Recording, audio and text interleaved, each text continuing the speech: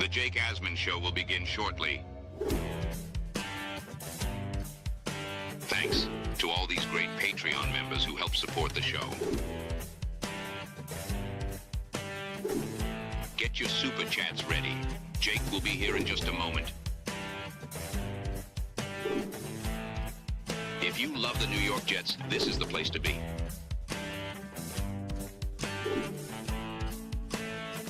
And now, the Jake Asman Show. Is Allen Lazard actually staying with the Jets? The Jets have restructured his current contract, and there's some signs saying, yeah, he's going to be on the team. We'll talk about that and much more. Matt O'Leary will join us in his weekly spot. It's the Jake Asman Show. Let's hit it and get it started.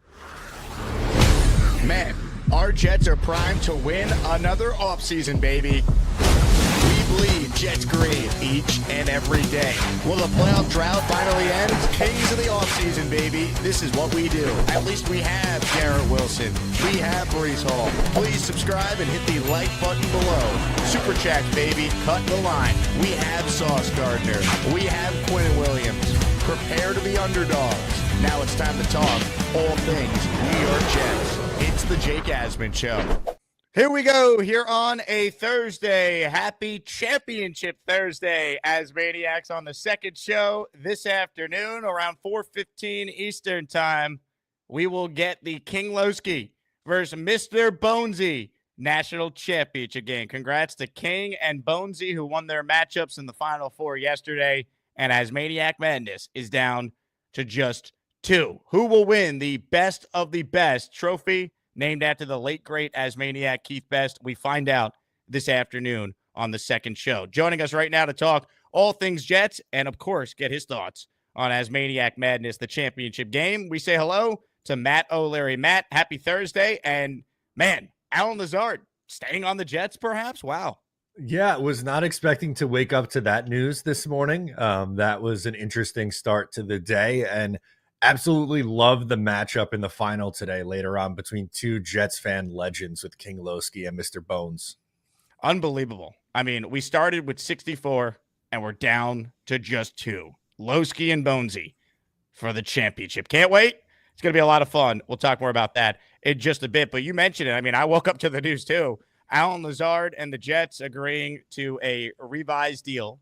He takes an $8.5 million pay cut. If you look at the terms of the contract, he essentially will play for $1.75 million this season. They guaranteed that number. And my initial thought was, okay, at that number, I see what they're potentially thinking. But then I also thought, this doesn't mean he's definitely on the team. Like, this just makes him now more movable. If, say, Aaron Rodgers goes to the Steelers and he wants his buddy Lazard, it'd be very easy for the Steelers to justify, trading a 6th or a 7th round pick to the Jets to get Rodgers, his dear friend. Like, I still think that is a potential outcome here, even though the Jets and Lazard have agreed to this significant pay cut.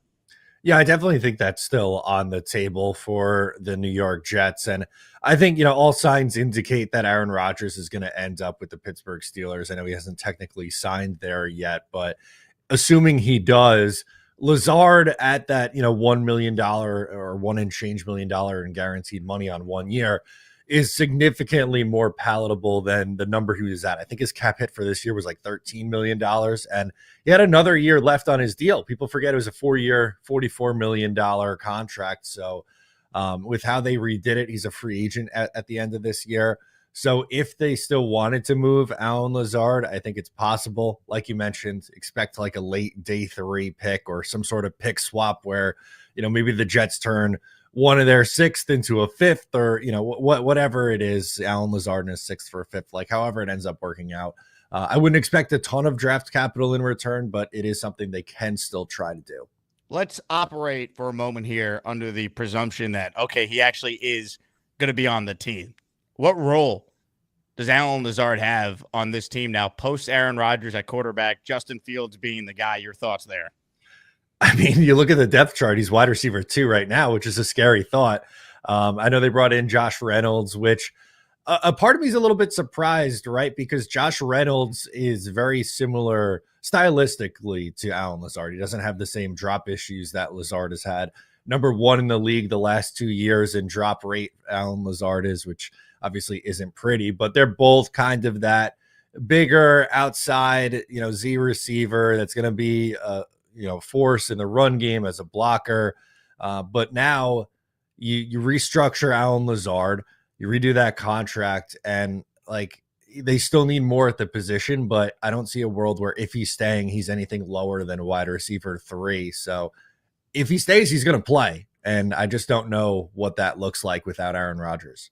That to me is the scary thing here. Like, if he's being penciled in to potentially be the wide receiver 2, I mean, we've already seen what this looks like when Aaron Rodgers is not there. And I get it. It's not like Zach Wilson and Trevor Siemian and Tim Boyle were great, but Lazard was brutal that season. He led the NFL in drops that year. If you look at even just the last 2 years, even with Rodgers back, this is a guy, Matt, that I believe 2 straight years was number 1 in the NFL in drop percentage. So, like, let's not act like, this guy is still a solid player. Like, he was okay, I'd say, with Rodgers throwing to him. I just think if their plan is to have him be a part of this offense, like, that's scary to me. They got to hit on some guy in the draft at that position. Maybe they could coach up Malachi Corley to be something in 2025. I mean, maybe there's still another veteran they could sign after the draft if they don't want to mess around now with the comp pick situation.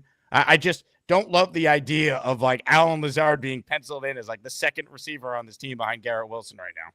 Yeah, I mean, everyone's going to go, oh, well, it's only, he counts for like $4 million against the cap or whatever the number actually, I think it's 4 and change, but are we going to be saying, oh, well, at least he's cheap when he lines up off sides and costs the Jets on third down in like one of the first 3 games of the year? Because not only are the drops an issue, led the league in drop rate the last 2 seasons, he also has penalty problems too, right. and usually in really frustrating spots. So I get it. Yes, he's cheaper and it's better. Lazard at $4 million is better than Lazard at $13 million, but I mean, if you're still playing him, you're going to have to deal with the drops and the penalties and all the frustrating things that come along with his game. Comments, questions, super chats. We'll cut the line. Jets and Allen Lazard have agreed on a revised deal for 2025. It results in $8.5 million in cap savings for the Jets, and Lazard's guaranteed number is just over $1 million, almost $2 million. So you still could cut him if someone emerges in training camp and you want to find a spot for him. Like, I don't think that money is like insurmountable that they couldn't move on from him. But for now, Allen Lazard is on the Jets, and I do wonder, as we're alluding to here, how that impacts the draft strategy. Because to me, it shouldn't. Like, if there's a wide receiver you love, find a way to bring that guy in. Don't bank on Allen Lazard being anywhere close to what he once upon a time was back in Green Bay. Yeah, for me, and look, I know the Jets have a lot of needs going into this draft. I think they have to come away with a right tackle, tight end, and wide receiver in the first 3 rounds. Whatever order you want to pick them in is fine. Like, I know you're going to have the Membu versus Warren debate, or, do you wait for day 2 for one of those guys? Moral of the story, I know they need interior defensive line help. I know they need another safety, and there's some other things that they could do in the draft to build out some depth. But to me, the 3 really pressing needs right now is a starting right tackle, a starting tight end, and a wide receiver 2. So they have a lot of work to do early in this draft. Ladies and gentlemen, the Jets depth chart at wide receiver with Lazard still on the team. You see it there. It's Garrett Wilson, Allen Lazard, Josh Reynolds being listed as your top 3. You got Corley, you got Tyler Johnson, who they signed in free agency. Xavier Gibson is still around. We know Herb Charles is still on this team.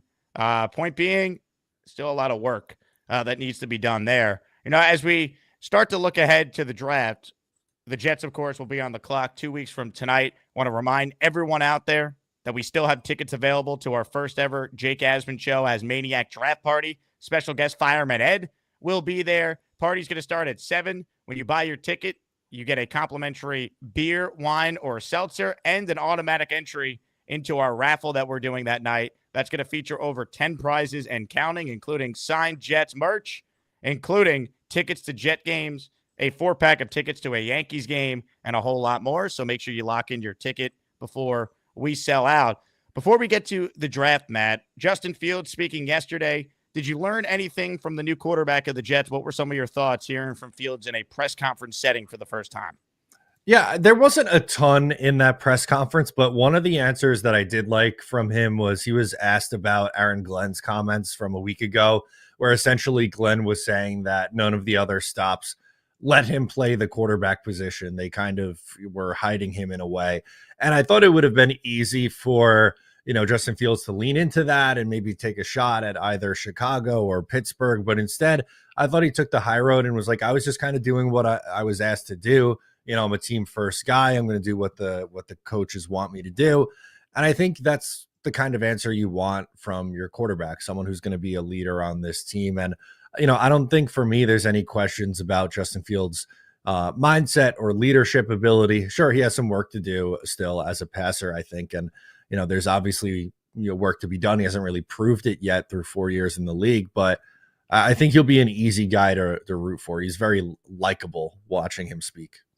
And to me, what really stood out, besides what you said about, Aaron Glenn, is like Justin Fields, like he took the high road, but I do think he looked at the Jets like a real situation for him to prove he belongs in the league. Like I think if you think about it from his perspective, if it doesn't work out with him as the starter here with the Jets, he's not going to go somewhere where he's ever handed a starting job again. Like his path to be an NFL starter, like a guaranteed, like you're the guy for a team, it's on the line now. Like he talked about it yesterday. He's never been benched before until last year. Like he's always been the guy. Like Justin Fields was one of the best high school quarterbacks in the history of the state of Georgia. This guy was a 5-star. He goes to Georgia, then transfers to Ohio State and balls out there. Like he was always the guy. And last year, I'm sure was like a humbling experience for him. And hopefully he brings that chip on his shoulder to the Jets. Yeah, that's a great point. Like this probably is his last opportunity to prove that he is a guy as a starter in this league. And he chooses the Jets where he has some familiarity with, Garrett Wilson. And he talked about that too, and the chemistry that they had at Ohio State. I know he mentioned Jeremy Ruckert and the center Myers that they brought in from the Green Bay Packers. I don't know if Myers and Ruckert are going to have as big of a role in this offense. Hopefully not. But at least with Garrett Wilson, that's someone who projects to be the number one guy in this offense in terms of, targets. And they already have that kind of built-in chemistry from Ohio State. And hopefully, I know it's a few years ago now, but can rekindle that in the NFL. Comments, questions, super chats. We'll cut the line. Reminder to those of you out there, ASMANIAC Raffle number 22 is coming up later this week. Signed Joe Namath helmet, Super Bowl III edition, baby, with display case and engraving included is our top mega prize. Prize 2, a signed helmet by Jets legend and Pro Football Hall of Famer Curtis Martin. Prize 3, a signed football by Jets Hall of Famer and Pro Football Hall of Famer Joe Klecko. Our theme this week is retired Jet numbers. So Klecko, Martin, Broadway Joe, our top 3 prizes in this week's ASMANIAC Raffle. Gift the membership if you want entered in the latest raffle. Matt, as we sit here right now, the Jets, of course, with that number 7 pick, gun to your head, who is the selection 2 weeks from tonight? I'm going to say Armand Membou. I really think it's between Membou and Tyler Warren. And the vibe that I have right now is that they're going to go with the offensive lineman and wait for day 2 for the tight end, which I've said a lot. Like my preference is Tyler Warren, but by no means would I be upset if Armand Membou is the pick. For why I think it makes sense. They have a desperate need at right tackle. He played right tackle in college, was very good at it. And that completes your offensive line. And you would have a chance to have, on paper, at least one of the top 10 offensive lines in the NFL by filling it out with, a guy like Membou, who, as a rookie might take some lumps and have some learning curves. But I think you'd have to feel pretty good about the state of the Jets offensive line with a honestly pretty young unit. John Simpson's the veteran, and he's not even 30 years old yet. So for me, I think it will be Membou a couple weeks from tonight. And I totally get it from the Jets' perspective and trying to complete that unit for Justin Fields. Paul Taxter checks in with a 5 spot of channel memberships. Paul is the first ASMANIAC to gift on the show. Ladies and gentlemen, give it up to our guy, Paul. It's the ASMANIAC membership raffle. For every membership gifted, you receive 1 ticket entered in the raffle to win epic prizes. Robert Morris, 1966, Michael Perez, Adam S., David White, and Matthew Granger all receiving raffle or all receiving memberships, and Paul is receiving 5 raffle entries. Cincy Matt with a super chat cuts the line, not defending Lazard, but if we keep saying coaching was such an issue for 3 phases, can't we assume he could fix some of these issues? There is talent. Yes and no. I mean, drops are drops, though, right? Like, you can't blame the coaching staff for Allen Lazard, whose job is to catch passes, to actually go out there and, catch passes. Like, I can't blame Nate Hackett or Todd Downing or Robert Saleh or any other coach on the Jets for Lazard just dropping passes that hit him right in the hands.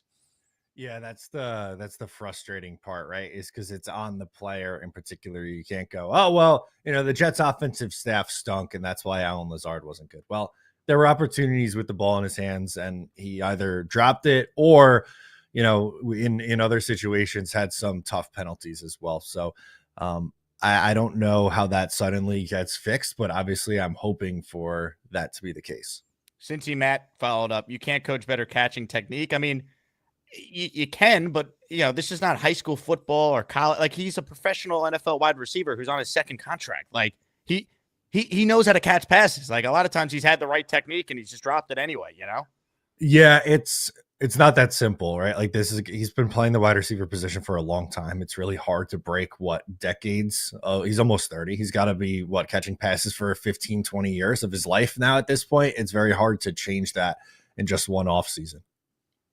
Derek writes in, does the Lazard move mean Rodgers is retiring? Not necessarily. I mean, that's one way to look at it. I looked at it from the perspective he's now easier to trade.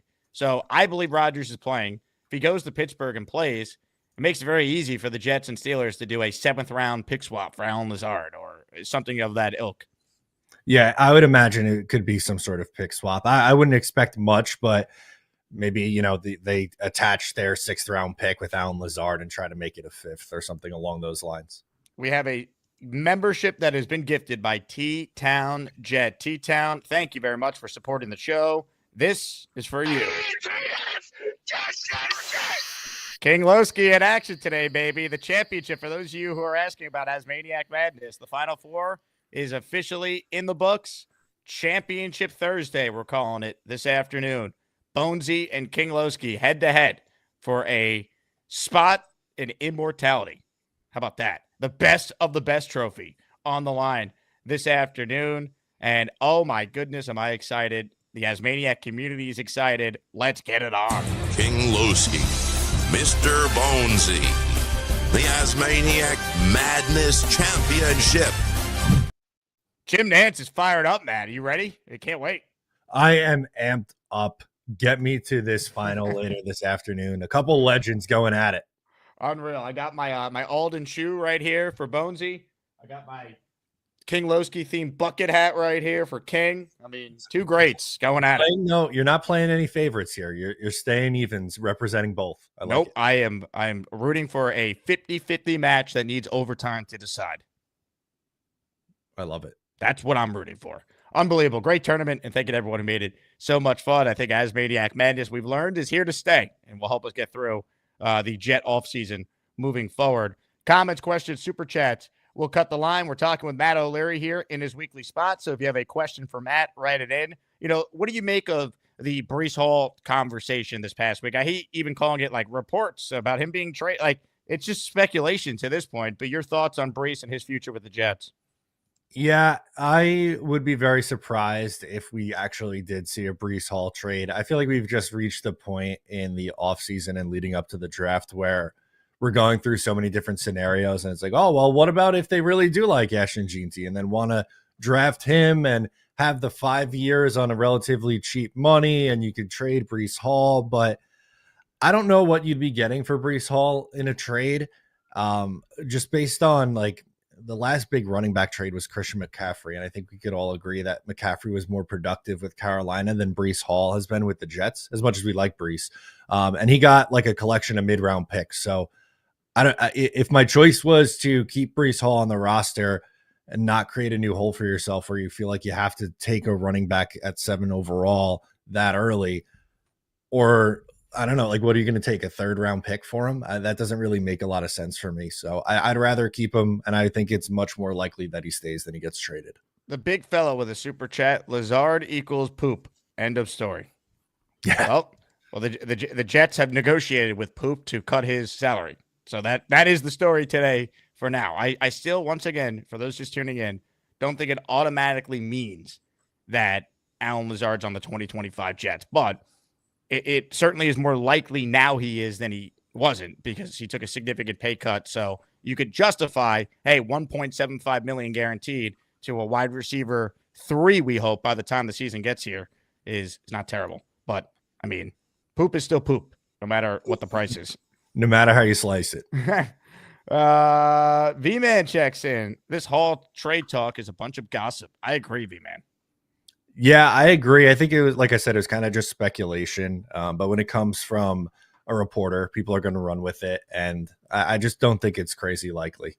Samini's the master of speculation posts that then get aggregated into actual like reports and then become discussion. Like, no one puts out more like speculation opinion than Rich, and he has every right to do it. I'm not saying he's doing anything wrong, but then people in like today's world are just looking for anything, and people pounce on it like it's like a real thing. Another example of this is like this Fakakta Jets and Falcons trade scenario. Like, that's not coming from anywhere legit. That was just some guy speculating on a team that Atlanta can move up with. Like, that's, you know what I mean? Like, maybe it happens, but it's not like it's being reported as like it's nearing completion, like some have said.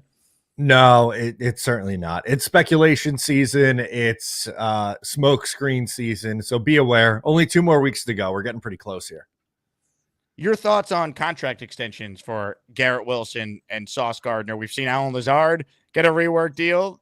Your thoughts on the potential for a Sauce and Garrett contract extension? Yeah, sign me up. I would be on board with that. I think the price keeps going up, especially corner. You look at what happened this offseason with Horn on the Panthers and obviously Derek Stingley in Houston, and the market really exploded. So I think the Jets cost themselves a little bit of money by waiting on this one. And, you know, I would be comfortable doing it with Garrett Wilson and Sauce. I think Garrett, I'm going to stick with my number. I've been on 4 years, 120 million for a while at a 30 million AAV. I think that's what it would take to keep him. I'm good with that. And Sauce Gardner, he's probably going to be right around that Derek Stingley contract. You know, they've had very similar starts to their careers. I think, you know, first 2 years, obviously Sauce was the better player, first team all pro.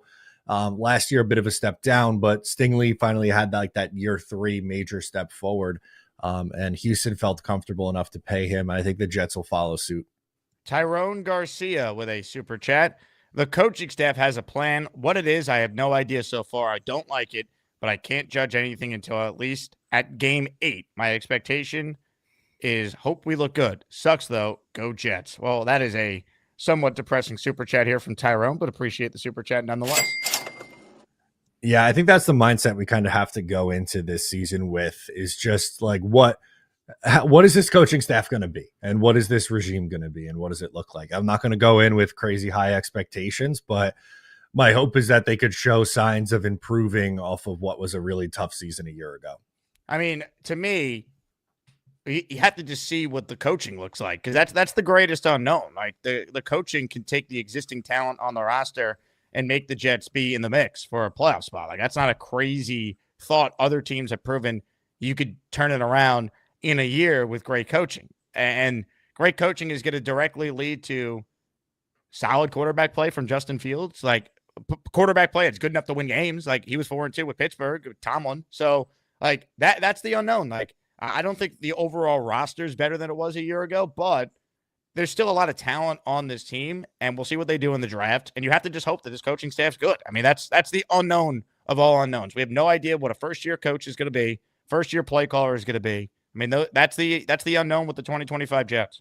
Yeah, it is a really big unknown, but coaching, as we saw last year, I think is such an important factor to the game. And I think, you know, maybe we as Jet fans didn't put as much stock into the coaching staff being an issue, and then they go out and they are 5-12, which is obviously incredibly disappointing with the expectations that we went into last year with. But this year with lower expectations, and, you know, the chance for a better coaching staff, even though, you know, I totally agree. I don't think the roster on paper is as good as what it was a year ago. If the coaching staff's better, there's a chance that the win-loss record and results on the field could be different than what it was last year. 100%. Hit the like button if you're just tuning in. That is the thumbs up icon for those of you who don't know. make sure you are subscribed to my channel and make sure you subscribe to Matt's channel, Matt O'Leary NY, for daily Jets coverage. Your hat says run the damn ball. That better be the theme of the Jets offense in 2025 for them to have any chance of being a decent team. Exactly. This is the newest addition to the Matt O'Leary NY store. Run the damn ball with a that's my motto for the Jets this year. I think with Justin Fields, we talked about Breece Hall, but get Braylon Allen and Isaiah Davis going as well. And I think that's going to be the identity of this team. Play hard defense and smash mouth football, similar to the 2009 Jets. Now, I don't know if the defense is going to be as elite as what it was that year, but I think the recipe will be similar where it's, hard-nosed smash mouth football. Oregon Jets. Jake is in Lazard denial. Sorry, Jake. He's our wide receiver too. We are that bad.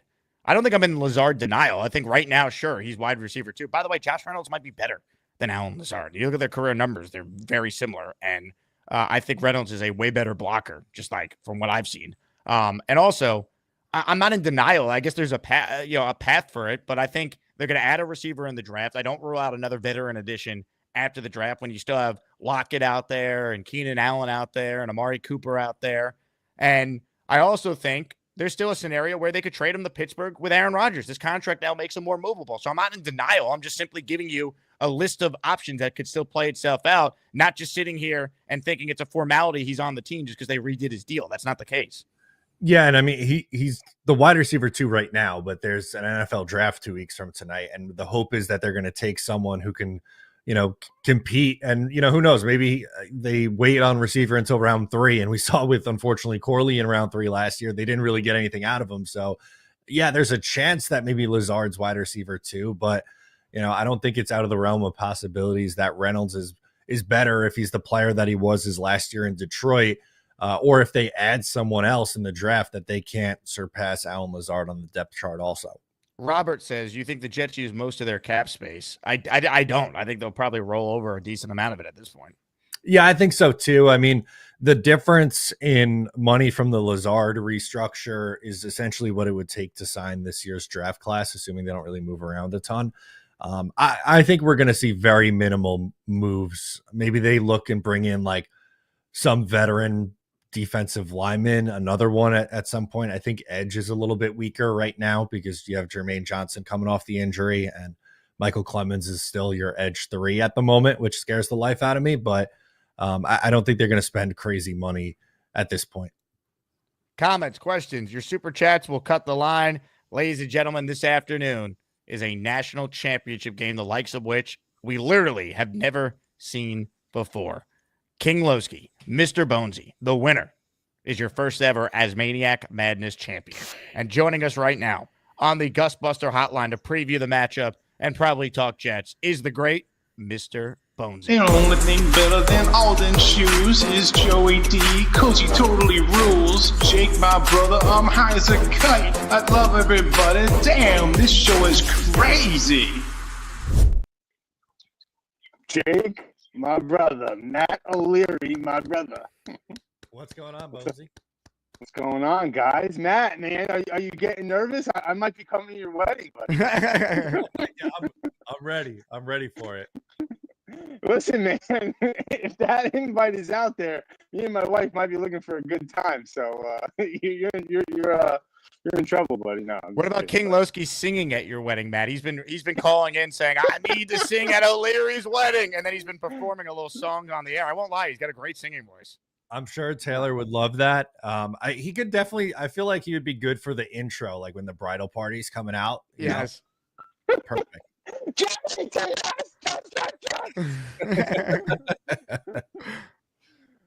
So, man, look, there's 2 ways to look at this Lazard business. And you nailed it already, saying if restructuring that contract, the biggest meaning I get out of it is that now he's tradable. Because with that old contract, we weren't flipping him. Like now we could get a pick swap on day 3 for, especially if one Steeler sign Rodgers and that happens. I mean, I can't see Rodgers not wanting to bring in one of his guys to just help, orchestrate how he likes to play and just help the receivers just learn how to play with Rodgers. And Lazard's perfect for that. So that's the first way to look at it. That's what I think is happening here because nobody was trading for that old contract.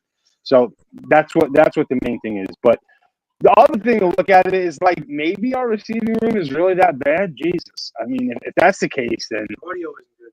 really, Yeah, take that earpiece out. my audio isn't good. My brother said. I was about to say, fix your audio for the afternoon show. In fact, let's workshop it right now, so it's good. I don't want you to I'll lose come back both. in. I'll come back in. Hold on. You lose the earpiece. That's probably what's causing it, and you'll sound a lot better. Yep. Ladies and gentlemen, we're working on fixing the Bonesy audio. But in the meantime, I know what needs to be done. And what needs to be done is this.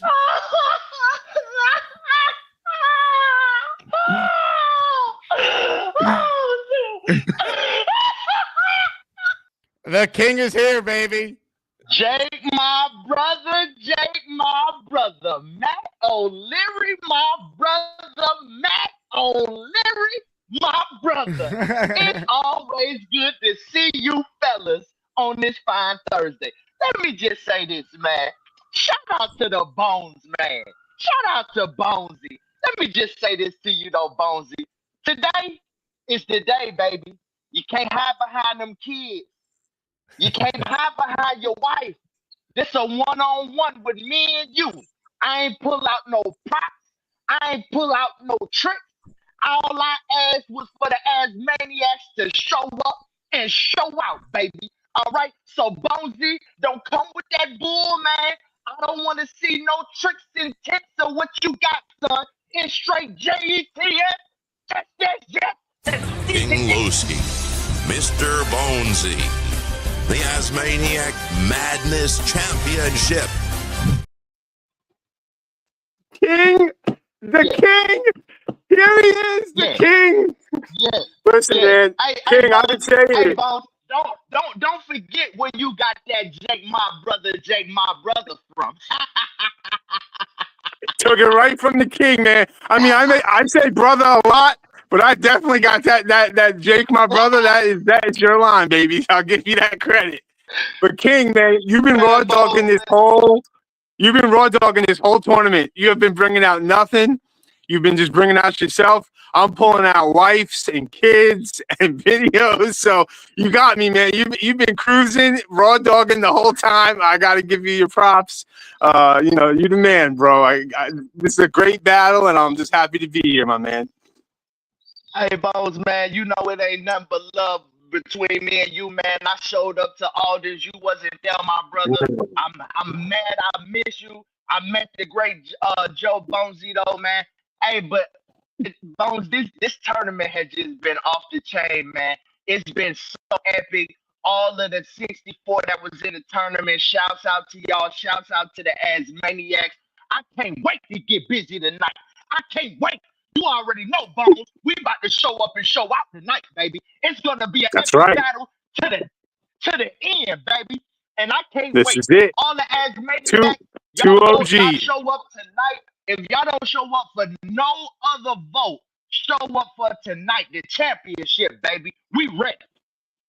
And this is two OGs that have been here since day one repping. We are full 3.5, 4 years deep doing this, and we've been doing this together the whole time, backing each other for all these years, supporting our Jets, being in this Asmaniac family, and it's a beautiful thing. Couldn't be two better people in the chip. I will say one thing, Loski. I was kind of hoping that I could have got my rematch versus Neil because I let Neil into my own house and I fugazied the win so I could let him get some glory. And I was kind of hoping that I could have got him back in the chip. But, this is a great battle, man. Glad it's you, baby, because there's nothing better than OGs, man. We are OGs for life.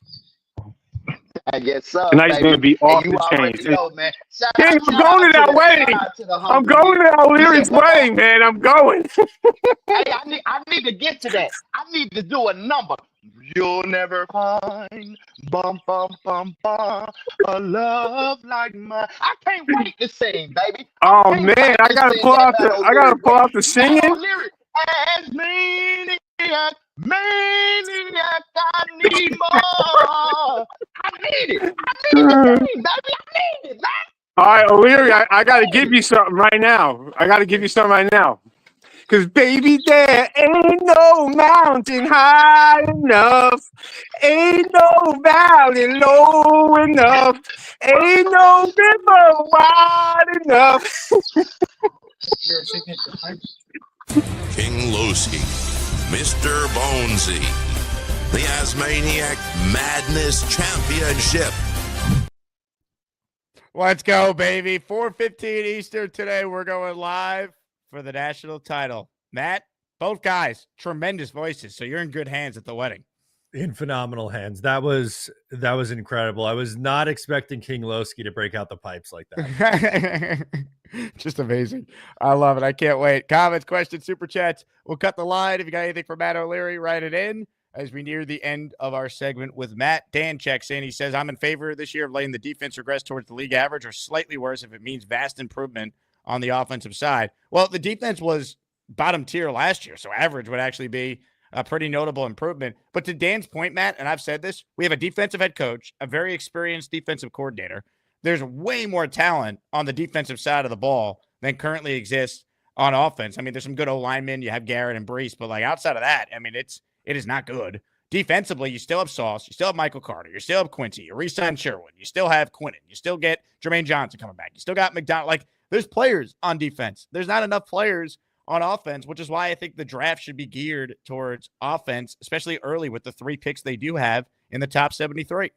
Yeah, you took the words out of my mouth. I was going to say, I think the first 3 picks, I would lean on the offensive side first and try to fill the right tackle, tight end, and another wide receiver spot.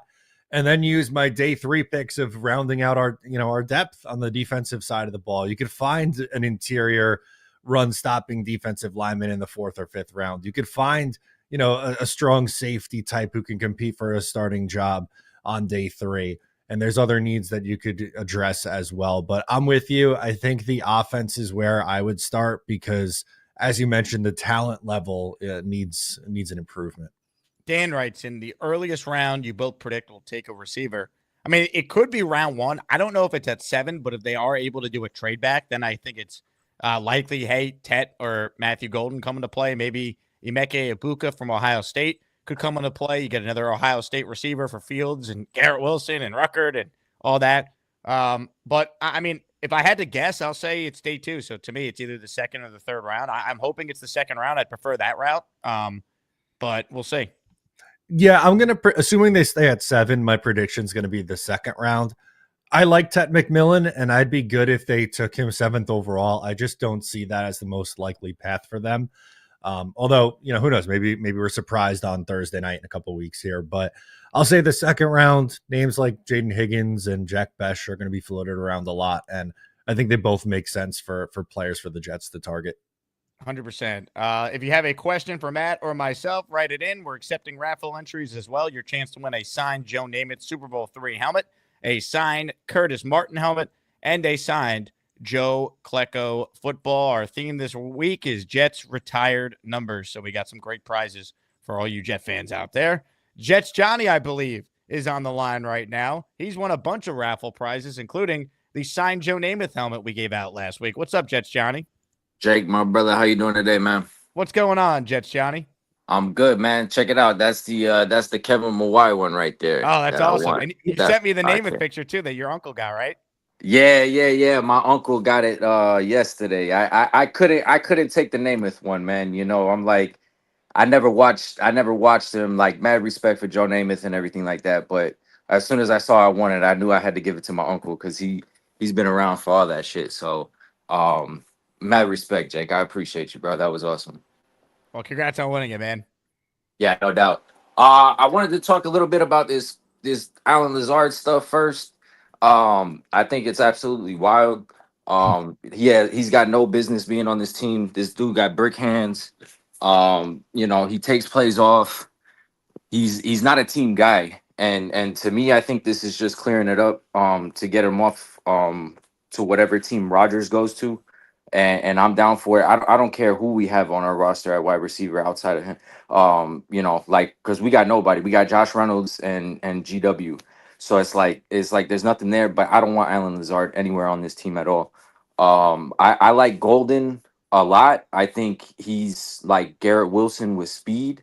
I don't think he's worth the 7 pick overall. So I would really love to trade down and get him because like I've watched a little bit of his tape and the way he moves and the way he can catch the ball and manipulate his body is insane. And I think, you know, he's only gonna get better from here. So I really like going after him. But obviously I think I've said it before, I think we're gonna be stuck at 7.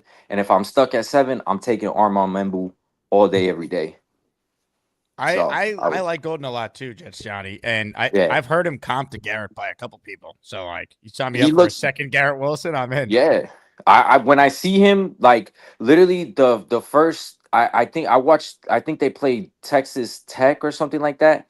And the catch that he made, like it reminded me of the play, like Garrett Wilson's first play against Baltimore, where like he caught the ball, he kind of ran back, made a couple moves, and it was like, damn, bro, like this guy, like you can see the skill in him right off rip. So I like him more than Tet because I think Tet is like he doesn't have like the fire for me, you know, like he doesn't seem like he wants it enough for me. And like I see that from Golden, like he wants it every single play, he's bringing it. So I would prefer Golden, but I don't want him at 7, you know, like a little bit further down. So I I like see it. Matt shaking his head, so Yeah, I I'm know I with said you. something In good.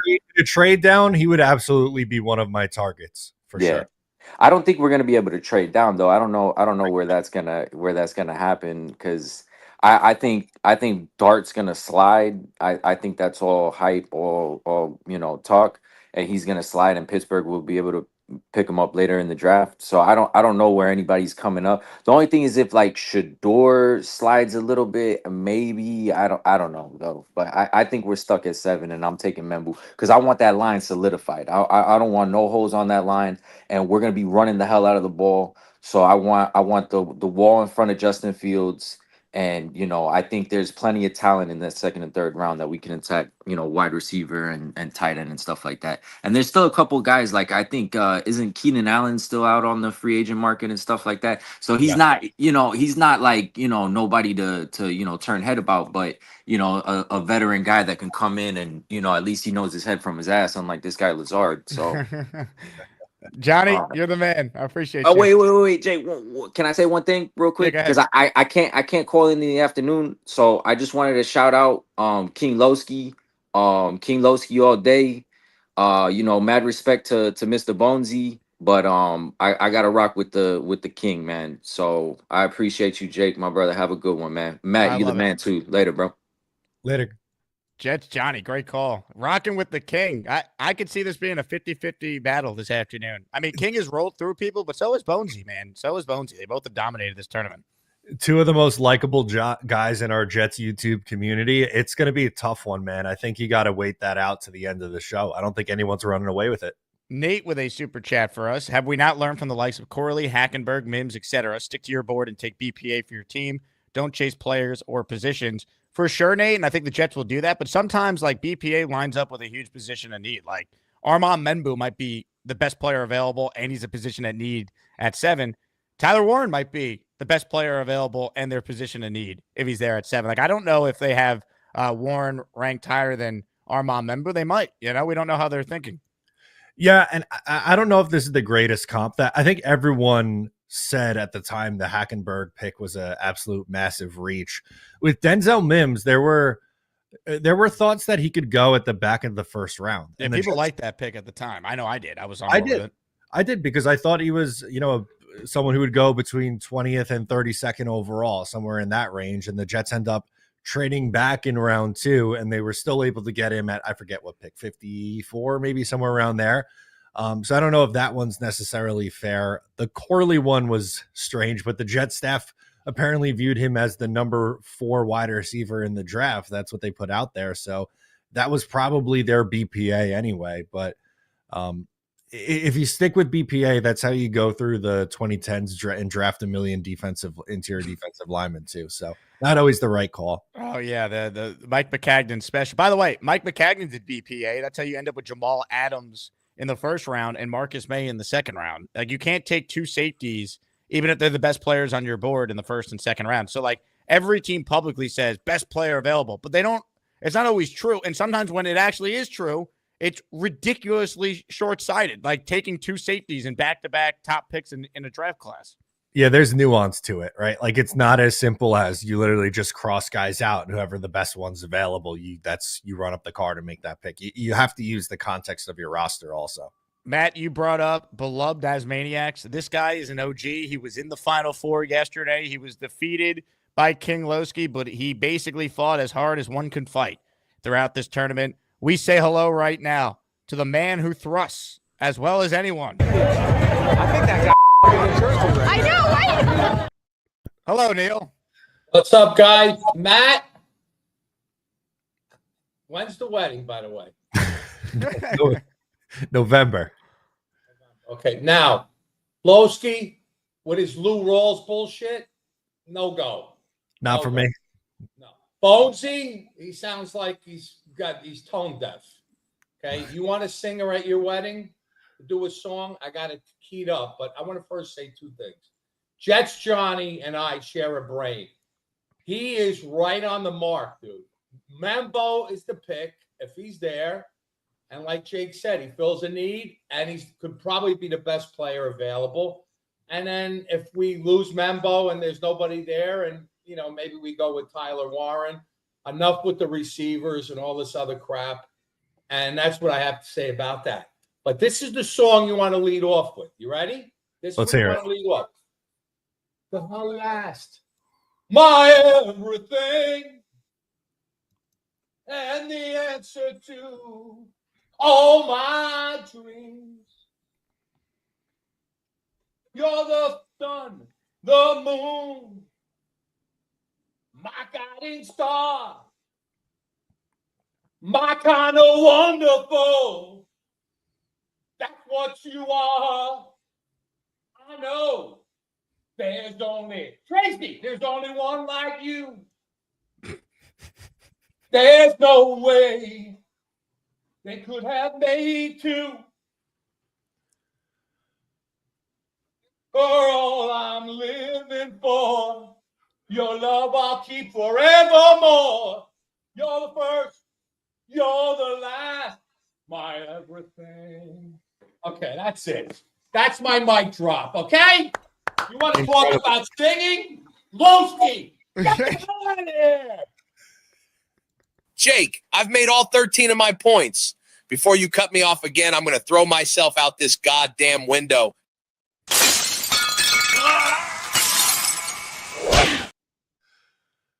Wow. A lot of tough choices, a lot of great voices here in our Jets community. Wow. That is something there from Neil. One of one. Unreal. Comments, questions, super chats. We'll cut the line. That was unbelievable. We've had 3 performances on the show and counting already. Unbelievable. Devin checks in with a super chat here. If we can't trade back, take Golden, number 1 receiver, or Tet at number 2. I want a pass catcher. Tyler Warren, offensive player, first round, no matter what. I do agree. While I understand the appeal of Mason Graham, I really want the Jets to use a top 7 pick on a player that could help them on offense this year. Yeah, I'm with you on that one. I think Graham is awesome, and it would be hard to get crazy upset about that pick. But Warren would fill such a need for you. Membu would fill such a need for you. Golden that high, I don't know if that's the route that I would go. But as discussed, if the Jets are trading back for whatever reason, and you want to target Golden or Ibuka, the wide receiver from Ohio State, I think that I can get behind that. We'll do one more call with Matt here, and then I'll stay on for the rest. The great Kyle Clifton is on the line, and Kyle joins us right now. Hello, Kyle. What's going on, gentlemen? How are you? Well, we can't see you, Kyle. We hear you, though. Oh, there we go. Back in the Clifton estate. Yes. I was trying to multitask. I'm going to spare you guys the singing. I think that's the least I can do for my beloved Asmaniac community. And just one aside, I love Bonesy and Loski very much, but there needs to be work done on the audio for the afternoon show. It's only fair. I agree. Hopefully we could get it where it needs to be for full greatness to be on display. So I want to push back a little bit on a whole idea that Tyler Warren is a reach. Because if you look across all these services and all these pundits, including guys who have been scouts in the league, like Daniel Jeremiah, he's like top 5, like top 7. Like you look at like Scouts Inc. and I think Mel Kiper has him at 7. All I think Joel Klatt has him at like 4 or whatever. Like all these guys that are in the know, they have contacts in the league. They think highly, and not only of Warren, but of Colston Loveland too. Yep. Now, ideally, would it be great for us to go back a little bit and get one of those guys? I think that's really the move if it were there. I'm, looking at the Saints. You don't know if that's going to be there. I understand people defaulting to Membu because he feels like the safe pick, especially in a draft where there doesn't seem like there's a whole lot of tackles. Certainly not left tackles, but he would definitely fill our need right away at right tackle. As far as Lazard goes, I agree with Jets Johnny and with Bonesy. Like he's out the door. He's being traded. I don't think. I think it's a bad optic to bring in guys like Reynolds and Tyler Johnson and to keep Lazard around. I think they're trying to give him kind of a soft landing and maybe get a little bit of something in return. We already have one of the Steelers' mid-round picks. I think you showed it on your graphic before. Maybe it was 157. Maybe 229 gets it done. Maybe it's a future pick. Maybe it's a pick next year. But anything that we can get for him is going to help us maybe go up into get a player that we want somewhere in the middle of the draft and help us build for, Muji and Glenn's vision. That's really what we need to do. We need to move past Lazard. It didn't work. It's fine. It's nothing personal. Good luck in your next stop. I agree. I just you moved on from every other aspect of the Aaron Rodgers era. Like we're really gonna keep this guy? Like to me, it doesn't make sense. It does. It doesn't fit with the rest of what they're trying to do here. Congratulations, Matt. Good luck in November. Thank you. I love it. Kyle Clifton, are you ready for the afternoon show? Who you got? Do I look like I'm ready? You see the shirt? Best. Okay. Is that they keep Best shirt on, right? Oh, yeah. I love that. That's awesome. Yep. That's maybe a little bit better. You can see it there. There you go. But yeah, I'm all fired up. We're ready to crown a champion. Great tournament. Thanks to the committee. I'll talk to you guys soon. Hell yeah. Kyle Clifton checking in. Good call there. How about this from Bo C? 10 raffle entries for Bo. Big time super chat supporting the show. Give it up to our guy, the Bo C. Now, give me money. Or I shoot him. And I shoot all you motherfuckers. And then we take it. Your choice, bitches. This super chat is in appreciation for all the great Asmaniacs, both on screen and off. Jake Asman and the committee for keeping us entertained during the offseason. I have great appreciation for everyone involved in the best community in the world. Bo, that is incredibly kind of you, man. Thank you very much for your support daily. It means a lot. Glad you're in the Discord now, by the way. Yesterday, we got Bo C and Curly Norman, or I guess over the last 2 days, we got Bo and Curly in the Discord, which is outstanding now. But, I mean, Matt, you know this. Like, people watch your show all the time. Like, Jet fans are the best, and we're just starving for our real season, despite how bad it's been. We're as loyal and passionate as ever, which is just, it's incredible. It's the dead period between free agency and the draft, and we still have everyone tuning in every single day, wanting to talk New York Jets football, wanting to interact with the other Jet fans. I love this community. I really do. I love it. Matt, you're the man. Appreciate you joining us. If you want to call back in on the afternoon show, if you're around to weigh in on the King and Bonesy, feel free. Absolutely. Thanks so much, Jake. Talk soon. Matt O'Leary, NY with us. Make sure you guys go subscribe to Matt's channel. He talks about the Jets every single day. All right, what I want to do right now is an audio check with Mr. Bonesy. Bones, how do you sound? Well, I took Rick Kent's advice. I disconnected my Wi-Fi. Any better?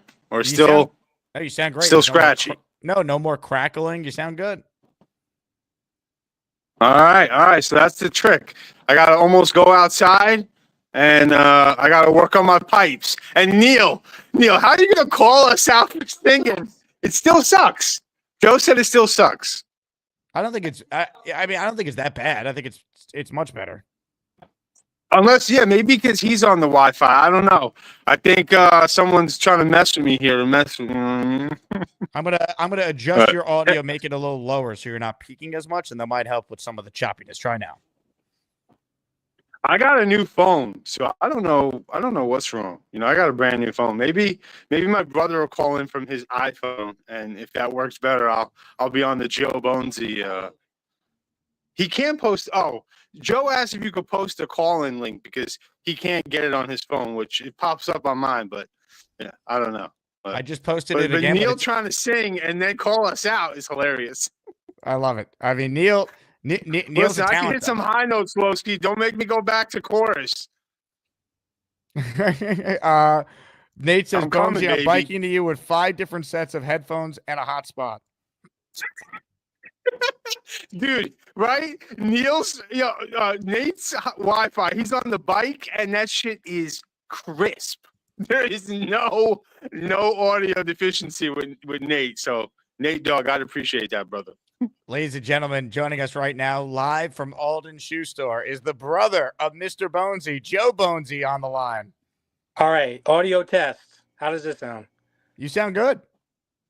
Is it crackly? You said Bonesy sounds good, Jake. Well, I mean, Bonesy sounds better than how he normally sounds. You sound way better, though, Joe, overall. Okay, so he's going to have to use my phone. That's great. He's going in and out on mine. Do you have an iPhone, Joe? I do have an iPhone. Ah, there you go. I'm not a degenerate. Yep. all about the I still iPhone, download my baby. free music with Napster.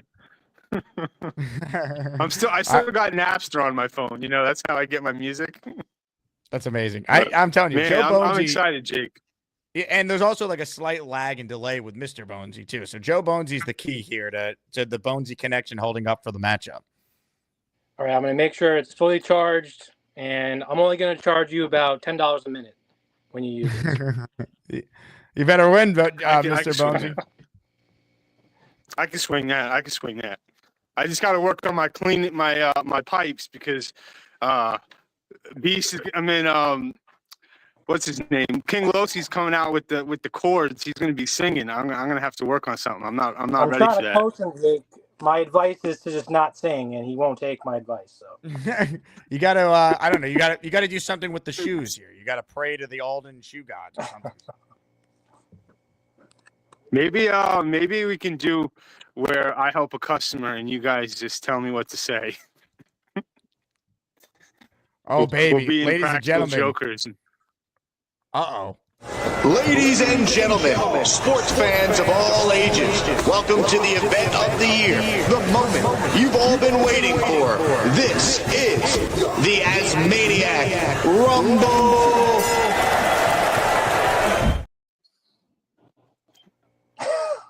Loski! Yeah! Come on, sing off right now. What we doing? Sing off right now. What's up? Sing off. Oh, God. Listen, my audio's fucked up. A sing off? Who's going first? You, Loski. Show us how it's done. Wait. Loski and I are gonna do a duet at Matt's wedding. You're done, bro. You want to sing, Bonesy? You sound like a tone deaf turkey. Get off that. Neil, Come on. you want to have a sing off right here? All right, ready? I'll give you a song to sing and let's hear it. I've seen you move, and you're no, glory to the Italian heritage with the way you move, dude. No way. You're gone.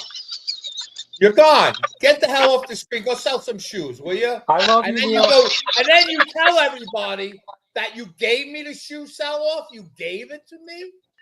You gave it to me. Did you give me the shoe sell off, my man?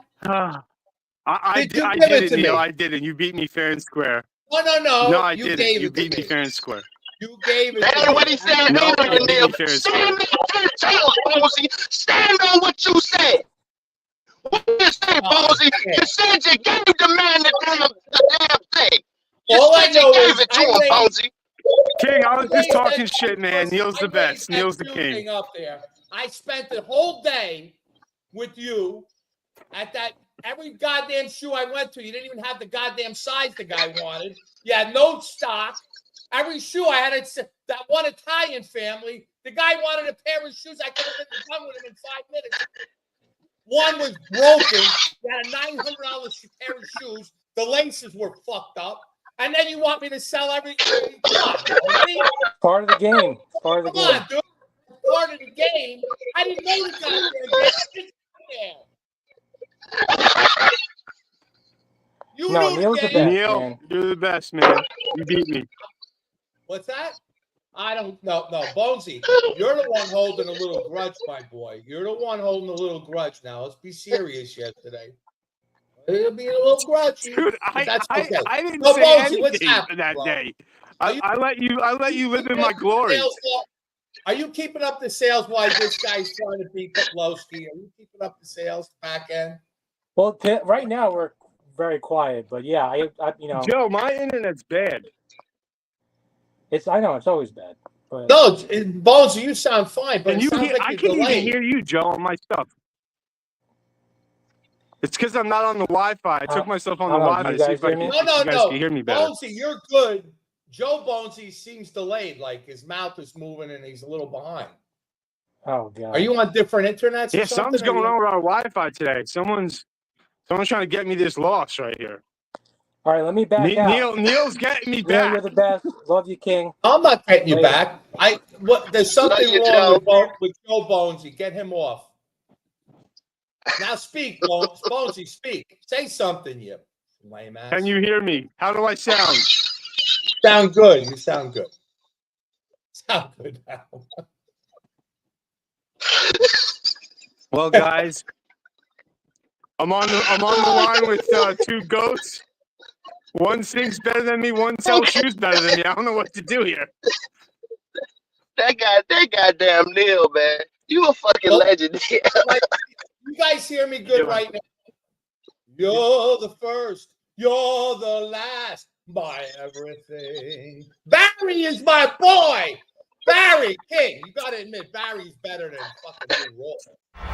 Ladies and gentlemen, tonight, Mr. Bonesy versus King Loski for the heavyweight championship of the world.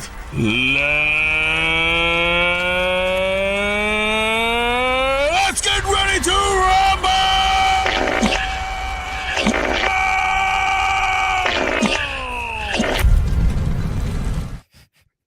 Thank you, Gator. King Loski, Mr. Bonesy, this afternoon. A championship in ASMANIAC Madness will be crowned. And a great super chat here from Rick Kent. $50, 10 raffle entries, and a great message. Let's not forget who the trophy is named for. Our own Keith Best, who fought as hard as he could to make it through last season. He was a true warrior, even though we never met him in person. He'll be missed forever. R.I.P. Keith. Well said. The best of the best trophy will be presented to the winner. If Bonesy wins, I will present it to him live in person at our draft meetup. If it's King Loski, we will send it down to the Loski estate in Atlanta. Shout out to Keith Best, man. Glad that we get to honor him every year with the trophy named after him. Leon, Bonesy gets the trophy in a shoebox. That'd be funny. I do have my Alden shoebox. The trophy's a little big, though. I'm hoping to be able to show you guys a picture of what it looks like by the afternoon show today. I also will have from the committee, the great Boomtown putting it together, the top moments from ASMANIAC Madness, top 10, plus some honorable mentions. I thought about doing it this morning, and then I realized, let's set the stage with it this afternoon. It's going to be quite the show. Can't wait. As a famous Jet linebacker once said. Super chat from Anthony. Tyler Warren fills two needs. He could block and he could catch. I really want offensive weapons. I agree, Anthony. I'm right there with you. He helps you in multiple areas. It's a good tight end class. The argument is, hey, you could find someone in the second round. I get it, or third round, but I think Warren's different. I do. But if they took Armand Membu, I'm not criticizing. It just really heightens the importance on the Jets getting it right at skill position players on the second day. And their history is so bad at that. So it makes you nervous. Now, this new regime is new. They haven't done it yet. They're not responsible for Malachi Corley, Elijah Moore, Denzel Mims, Jay Samaro, Devin Smith, Steven Stonehands Hill. That's not them. But as a Jet fan, I can't sit here and act like it doesn't worry me that like the Jets' history at skill position players on day 2 and beyond is horrendous. They haven't hit on a second-round wide receiver since Wesley Walker, right?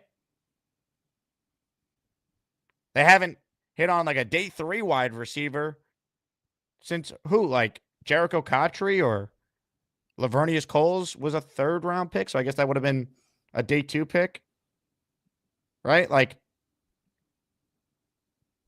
that's the thing. I mean, Cottree was a 4th-rounder. Coles, I think, was a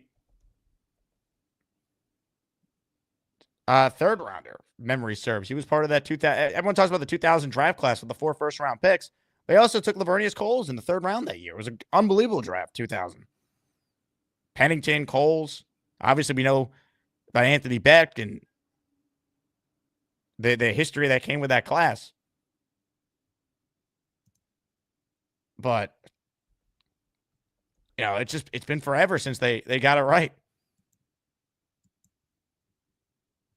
I mean, that 2000 class, though, man. Sean Ellis, John Abraham, Chad Pennington, Anthony Beck, Lavernius Coles. Those were the Jets' first 5 picks that year. What a draft, man. Sean Ellis was a great Jet for many, many, many years. John Abraham, I mean, we were talking about it, right? The Jets haven't had an elite pass rusher since John Abraham, and then they finally got Jermaine Johnson, who filled that void, and now McDonald's pretty good too. But think about that. Pennington, we know about Chad and what he did when he was healthy. This team made the playoffs. Anthony Beck was solid, right? And, you know, you took him at the end of the 1st round, so it's not like, you know, you're taking him in the top 7 like the Jets would warrant. He was a good player for the Jets, though. It wasn't bad.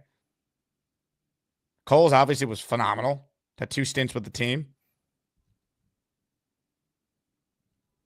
Ryan writes in, Poughkeepsie gets the vote later. Hudson Valley Boys.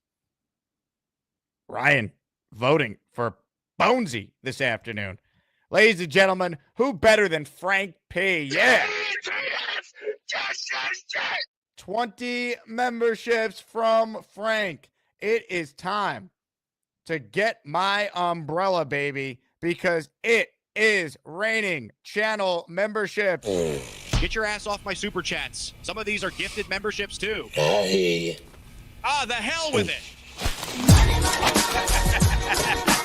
Oh, baby. Rain, rain, rain. Channel memberships.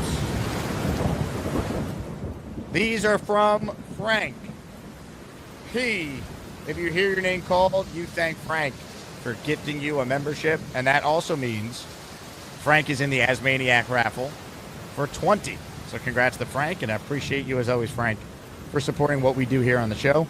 NY Jets 92, Mike Jets 12, Brandon McNeely, Owen Escalico, MD, McNeely, Lauren Shorty, Pure Adrenaline Sports, Chaim S.J., Midnight Mike Show, Cap24, NY Jets Indy, Doobie Iyer, Robert Van Arnberg, Louis Ray, Alfredo Ramirez, Nixie, Captain, Matthew Tambury, all receiving channel memberships.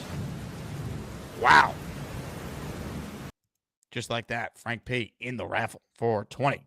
Thank you, Frank. Appreciate you. All right. More of your calls right now on the show. If you're just tuning in, Matt O'Leary was on with us. We discussed the Allen Lazard restructure and the different indications or different implications, I should say, that move potentially, could have. Is he on the team? Could he still be traded? How does it impact draft strategy? All that. So go back to the beginning of the show if you want some more thoughts on that. Let's say hello right now to the great David T. I got my Iron UG. I hope you like my Jets take. You know they call me David T. It's not easy for me to see, but if you bring me full stream, you might like what I had to say. I'll need to get real damn close, cause my vision is dog shit. Hi, Jake. Hey, David, how are you? I'm doing just fine. great show yesterday. Great show so far today. And I'll tell you, I'm honestly saying I don't know who I'm going to vote for this afternoon. I just wish this is one that would be a tie and you could have co-championships. But I know that that's not possible. But here again tonight, I don't have to work tonight, so my eyes, no pun intended, Yes. will be glued to the telephone. And I do have one thing on the Jets. I have a friend down here in Florida that I used to work with up in Pennsylvania, and he's a big Indianapolis Colts fan and a big Yankee fan, by the way. But anyway, we are talking this morning, and they're in the market for a tight end, and he said, I said, I listen to my podcaster religiously, and there's all different scenarios for the Jets and everything. And he asked me what I thought and everything. But I said, you know what, Phil, there's so many different scenarios, but it always comes back for me to Tyler Warren. I don't know. I have it in my heart that just take a swing at him, I mean, you know how the draft is. I mean, you never know how it's going to turn out, but I mean, that's where I'm at this point. I'll tell you what, if they took Warren, I would understand it. I'd be on board with it. I get the sense they're going to take the offensive tackle, David. I do. I think they're going to try and sell us on build the trenches, get the bookend tackles in place. They're going to run the ball. Membu's going to help there. And you could say that with Warren too, because of his blocking ability. But I think they're going to go the offensive tackle at 7. My preference still remains the trade back. I just don't know how feasible that is. So if I'm operating under the premise they're staying at 7, I think they're going to end up taking the tackle. But I wouldn't be mad if they took Warren. And I know you're a Penn State fan too, so you'd love that. Yeah, that has a part. I mean, in my heart, that has a part to do with it too. But if they take Membo, I'm good with that. But when I was talking to Phil, like I said, Colts are in the market for a tight end. So we were going through, and I said, Phil, there's a couple of tight ends they're talking really good about in the later rounds. So it's interesting. It's going to be a lot of fun. David, you're the man. Looking forward to the afternoon show with the championship on the line. Me too. I got my Iron UG. I hope you like my Jets take. They call me David T. It's not easy for me to see, but if you bring me full stream, you might like what I had to say. I'll need to get real damn close, cause my vision is dog shit. Great call there from the David T. What a matchup this afternoon.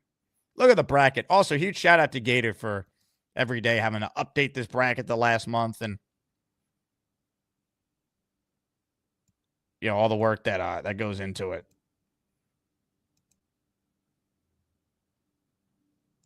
Shout out again to our committee led by Boomtown, Tom Ace, Rich. Then we brought on Sham, Nick Shine, and Gator to help organize and put together the field of 64, which was not an easy task. Shout out to our ASMANIAC Madness committee, because it wouldn't be possible without them. Leon writes in, Will Campbell curveball. For sure, that could be a curveball if New England takes Armand Membu at 4, which they could. I mean, everyone's just mocking Campbell to them. Well, what if they think Campbell's a guard? And they're like, we need a tackle. Armand Membu is the best tackle. We're taking him. Doesn't feel like that's where the wind is blowing, but we can't rule it out. New England was hoping Shedeur Sanders would go in the top 3 with Cam Ward, so then one of either Travis Hunter or Abdul Carter would make it to them. But I don't see it. I think we're going to see Cam, Hunter, and Carter all gone by pick 4. And then New England's going to probably take Campbell, but if they don't, would the Jets take Campbell at 7? That's the question. I don't have the answer to that. I don't know. I mean, Mike Vrabel is on the record saying he thinks Campbell's a tackle, but is that a smokescreen? Or he believes it?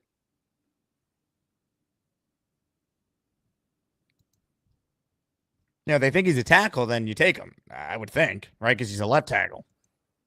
And they need that, but who knows? If you're watching this live right now, thank you. Please hit the like button. Make sure you are a subscriber to this channel. And make sure you get your draft ticket. I'll keep saying it. 2 weeks from tonight. I can't believe it. When you buy your ticket, it includes an entry into our raffle. We got some awesome prizes that we're going to be giving away that night. I'll run through some of the top ones. Signed Sauce jersey, signed Joe Klecko jersey, signed Jermaine Johnson jersey, signed Nick Mangold jersey, signed Garrett Wilson helmet, signed Breece Hall autograph trading card, signed Aaron Glenn trading card, signed Chad Pennington trading card, a 4-pack of Yankee tickets, tickets to Jets home games, and still working on more. So all you need to do to be entered in that is just buy your ticket, and we'll put you down. You also get a free drink, beer, wine, seltzer of your choice with your ticket.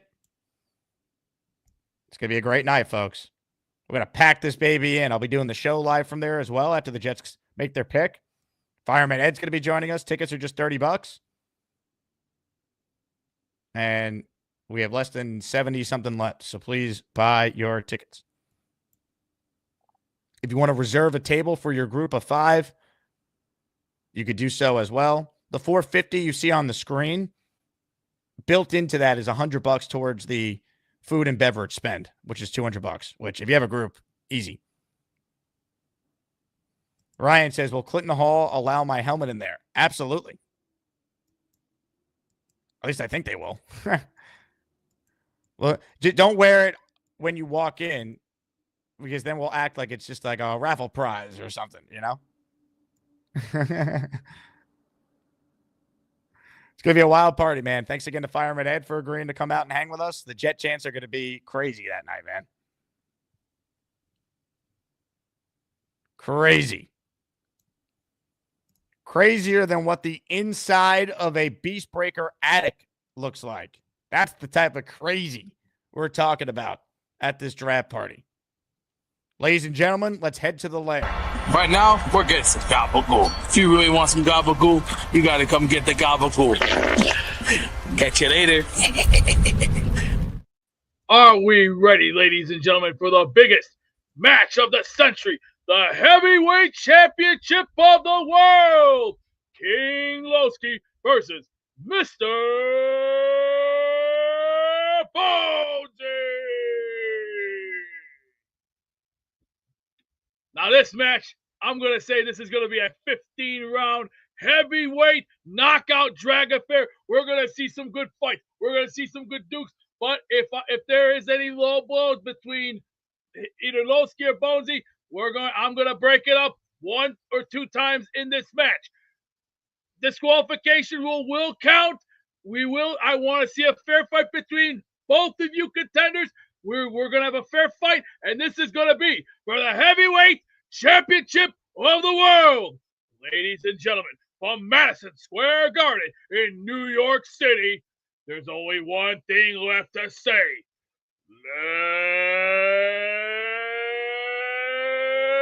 Let's get ready to rumble! King Loski, Mr. Bonesy, the ASMANIAC Madness Championship. Oh, yeah. Man. Pretty good, Beast. Well done, sir.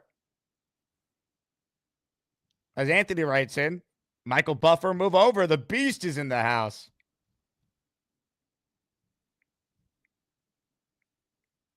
Man. Can't wait for this afternoon and can't wait for the draft party as well. Big Fella writes in, are the Next Gen Jets making an appearance? Yes, they will be there. I lump them in with content creators making an appearance because they are content creators. Connor Long, Jack, Chris, they'll be there. They've never met in person before. How cool is that? The first time they're meeting is at this draft party, and they all got connected because of the show. So our favorite young Jet fans will be there. We're going to serve apple juice. Going to make sure we have some Lunchables for them. So I see that Big Fella asked that question, and the Jake Quest immediately responded, Big Fella, yes, they are. Jake ordered a playpen for them. Oh, man. Nate says, the Puberty Podcast, staying out late that night. Big Fella, cancel the strippers. Peter Castro says, Neil, your singing is atrocious. Bonesy says, if I win the whole thing, I'm giving an epic speech at the draft party. Real estate, great story on the Jets kids. Yeah, it's very cool, man. Very, very cool just to, be a part of their friendship forming and relationship with the podcast. That's awesome. I mean, I was them growing up, like obsessed with the Jets. We didn't have like YouTube shows when I was a teenager. Like it wasn't a thing yet. Like no one was like covering the Jets on YouTube, and like all these podcasts weren't like a thing. Like it didn't exist. It was all just sports talk radio still to get your Jet fix or reading articles or whatever, blogs. Like who was the first Jet content creator to put out videos every day? Like Let's Talk Jets did their thing on Blog Talk Radio, and then they migrated over to YouTube. But like it really wasn't this.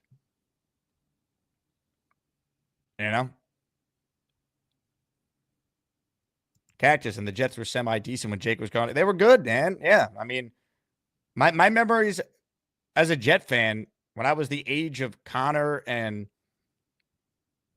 Chris and Jack, was going to the playoffs a lot. I mean, remember, the Jets from 97 to 2016 never had back-to-back losing seasons. There were some 8-8s in there, right? But think about it. 97, Parcells takes over. They have a winning season. 98, they win 12 games. They're in the championship game. 99, Vinny gets hurt, but they still finished 8-8 that year. 2000, they were 9-7. 2001, they made the playoffs. 2002, last year, they won the division. 03 was disappointing. Chad got hurt, obviously, in the preseason. 04, they're a playoff team. Should have been further than where they ended up. Doug Bryan, of course. 05, disappointing. Herm's out. Mangini comes in. They're in the playoffs in 06. 07, disappointing. But then 08, Favre comes in with, all the hype and excitement, and they were 8-3, but then they finished 9-7. It was brutal, but like, we'll take that than what we've had the last 15 years.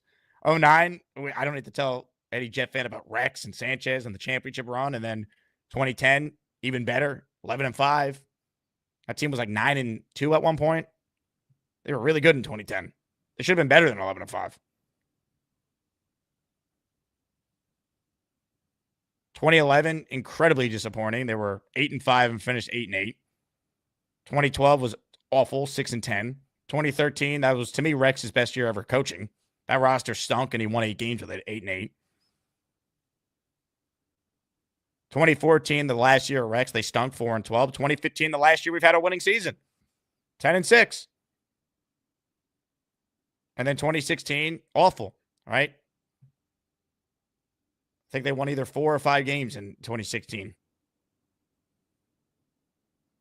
But my point is, like, I just went through it. While there's certainly some brutal endings to those years, from 97 to 2016, there were not 2 consecutive years where the Jets were just atrocious. And how many years have the Jets just been atrocious since 2016, right? 17, they're a 5-win team. And that year, they were actually, 3-2? And sucked for Sam. And it's like, well, they're winning too many games. Well, they ended up getting Sam anyway. Didn't work. 2018, they were a 4 or 5-win team, whatever it was. Bowles is out. Here comes Adam Gase. Start 1-7. Like, who cares if they finished 7-9? They were beating backup quarterbacks. Played one good team during that stretch. Remember they lost to the Ravens and got destroyed? They beat the Steelers with their backup. They beat Buffalo against Matt Barkley the last game of the year. 2020, enough said.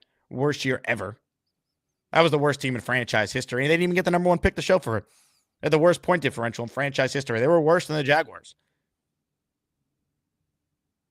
2021, year 1 of Salah, 4 wins. 2022, fool's gold, 6-3, 7-4, epic collapse. You lose 6 straight to end the year. 23, 4 plays in, the year was essentially over. Last year, the worst year of any of the years. It's been brutal. And that's the last 20-something years of Jet football I just covered there. Almost. Pretty good to do that from memory, I might add. Frank writes in, watching the Jets, Mets, Knicks win that year, I thought, championships all the time. Then I was slapped all the time. At least you saw it, Frank. I've never seen the Jets or the Knicks win a championship. You know, Beningo at least has seen all his teams win, despite the fact he's experienced all the pain, as he would say. But there's just no way you truly appreciate. Like, I think Joe said he was 13 when the Jets won the Super Bowl. Like you don't appreciate it at 13 the way you would, obviously, now. Forget now, like if it was 20 years ago or 30, like, you know what I mean? It's just been so long.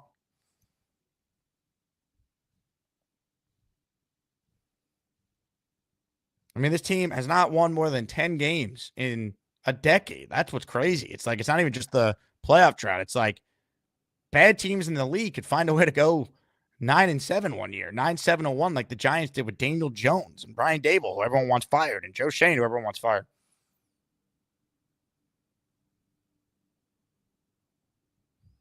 Ace-off, hope the Jets improve the wide receiver room. They have to. Wide receiver and tight ends need to be upgraded in the draft. That's the only path to upgrading it substantially at this point. I mean, they could add a veteran in free agency. And we talked about some of the names the other day, but Lockett, Amari Cooper, Keenan Allen on like a one-year type of deal, but still.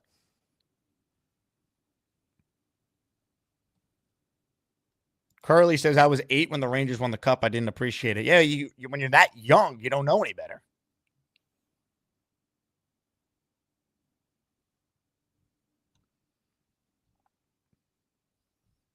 Like, and also, like, your memories are still forming there. Like, do you really, like, know what's truly happening? Brazil Jets, Justin Fields better than Sanchez. I don't know about that one. Mark Sanchez obviously wasn't a great quarterback, but he was clutch. And when he had the right team around him, he made the plays.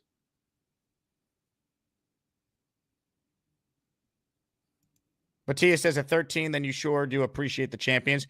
My point is you appreciate it, but it's like you don't think like it's over, you know. You know what I mean?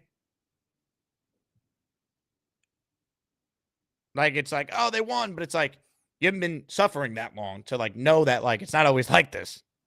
And no one could have imagined when they won Super Bowl III, they would never even get back to the game since. That's what's crazy too, right?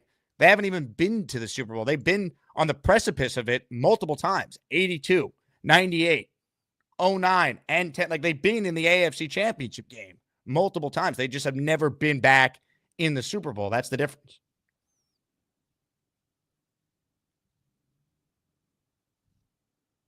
Cynthia says, hey, Jake, no voting today. Cynthia, the championship is this afternoon. We want to build some hype for it. After having the Final Four, we thought it'd be a quick turnaround to do it on the morning show. It'd be better and easier for people to tune in an afternoon show for our championship. Because when you look at matchups in this tournament, the higher vote totals, for the most part, have been during the afternoon shows during the week.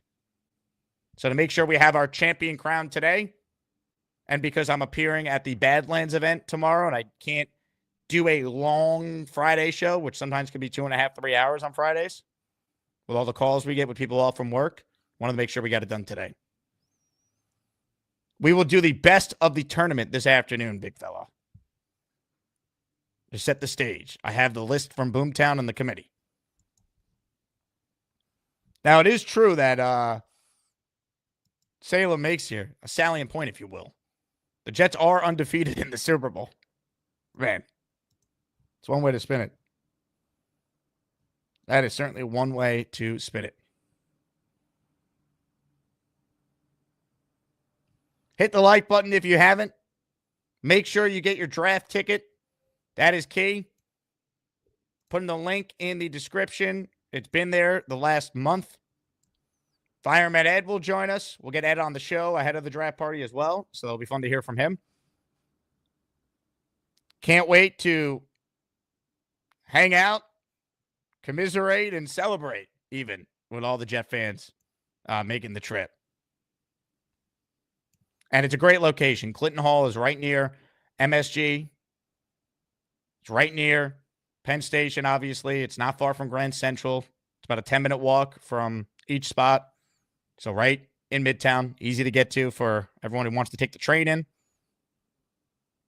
If you live in the city, obviously a ton of access to the subways. Coming from Jersey, easy to get to. So big thing is to pick a location that fits for everyone. So I'm very excited about this. Julian says, going to need a lot of beer. There will be. Don't worry.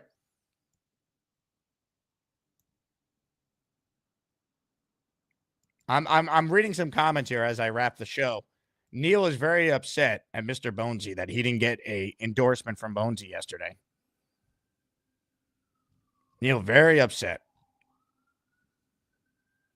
Nate says they had skee ball and foosball in some games there too. They do. Yeah, there's a lot there. Peter Castro says, Bonesy already forgot the free trip to Vegas, then kick Neil in the ass. Peter giving it to Bonesy too. Johnny, I'll see you at the Badlands event tomorrow. My segment with Joe and Connor is around 8:30, I'm being told. So I'm just going to hang out in the crowd and mix it up with Jet fans who were there beforehand. And then I go on the stage with them at 8:30. Chris wants to know, who's Loski taking on? Come on now, people. It's Mr. Bonesy.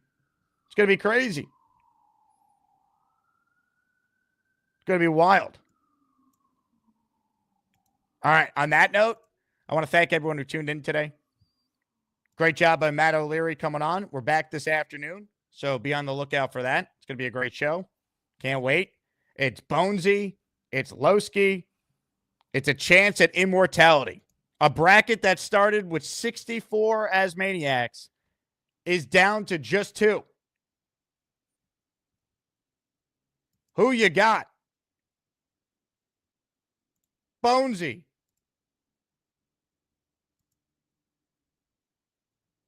Loski. Only one can win.